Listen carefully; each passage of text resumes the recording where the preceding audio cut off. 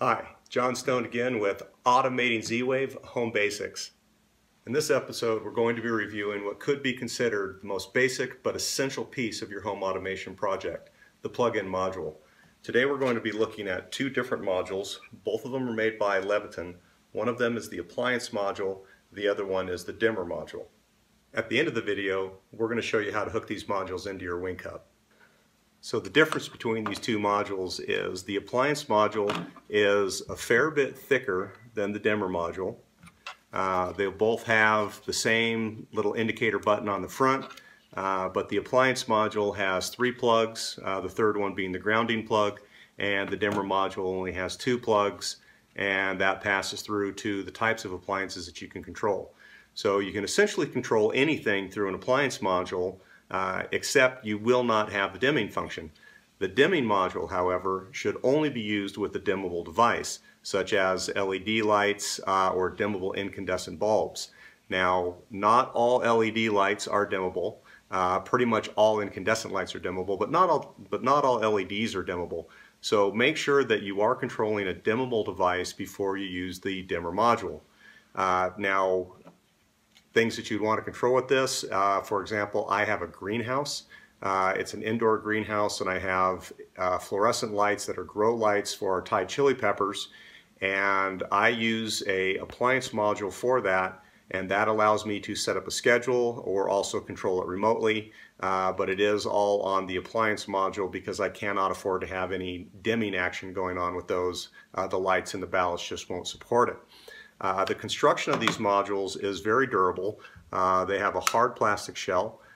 They have some nice curving on them. They're not boxing like a lot of the old X10 appliance modules were, but it is a very, I would call it a contemporary look. Some of the other appliance modules that you'll find, they have more of a modern, cartoony kind of a feel. Those certainly have their place. Not trying to say that those aren't as good, but for my house I'm going for more of the contemporary look and feel, so when I have the appliance module or the dimmer module plugged into the wall, I think it just has a better aesthetic appeal for the way my house is set up. So when you go to set this up with your wing hub, it's a pretty simple task. The back of the box has a barcode on it, and all you have to use is the barcode function, and we'll be doing that in a few minutes. But it's a very straightforward process. I've been running these for a while. I've found no reliability problems with them at all to date. I think my oldest one maybe 6 months old, but so far they seem to be pretty sturdy. I would say that the product does what it says it should do. It's a fairly good looking product. It's very easy to set up with the wing hub, and I would definitely recommend this, especially for those of you that are just starting to get into the automation game.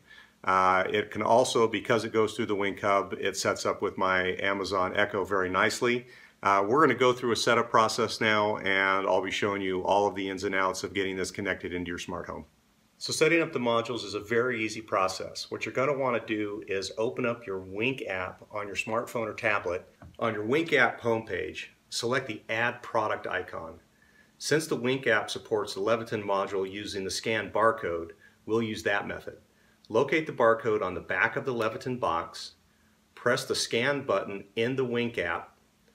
Now center the barcode from the box in the scan window. Now plug in the module to a wall outlet, preferably more than 5 feet away from the hub. But still, you're going to want to keep it fairly close, just keep it outside this 5-foot range. Once the module is plugged in, the light on the front of the module should turn green. Once you have the module plugged in, don't press the button, but press the next button on the app. Make sure the wing hub light is blue and press the next button on the app again.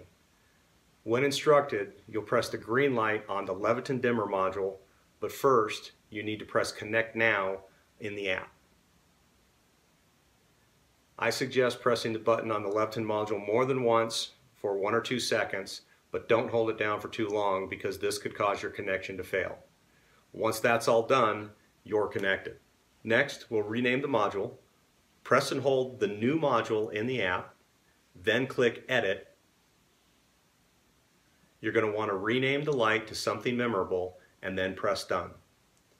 If you have an Amazon Echo, don't forget to tell Alexa to discover devices.